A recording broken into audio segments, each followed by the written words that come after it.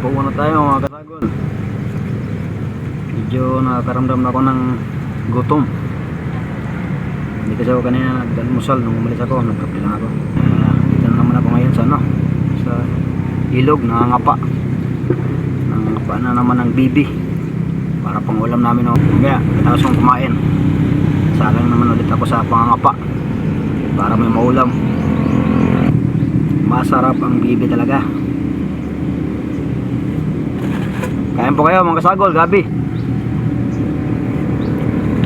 Hindi po lang.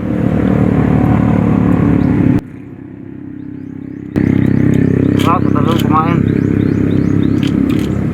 Sasala ko nito ako sa kapaan.